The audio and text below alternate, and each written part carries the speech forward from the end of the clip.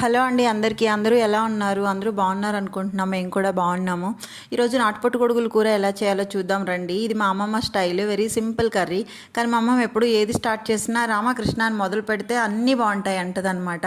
తను అలాగే చేస్తుంది అన్నీ. అంతే సింపుల్, ఏం లేదు. ఆయిల్ వేసుకొని కొంచెం జీలకర్ర వేసుకొని అందులో ఆనియన్స్ కట్ చేసి పెట్టుకొని ఆనియన్స్ వేసేసి ఆనియన్స్ వేయిస్తూ ఉండగా అందులో కొంచెం పచ్చిమిరపకాయ కూడా వేసుకొని పక్కన అల్లం వెల్లుల్లిపాయ పెట్టి లైట్గా కచ్చపచ్చగా దంచుకోవాలి. మా అమ్మమ్మ అయితే సన్న మీద నూరేస్తుంది అనమాట. దంచి పెట్టుకొని ఆ తాలింపులో పసుపు ఉప్పు వేసి బాగా వేగనిచ్చి వేగిన వెంటనే అల్లం వెల్లుల్లిపాయ పేస్ట్ వేసి పచ్చివాసన పోయేదాకా వేగాలి.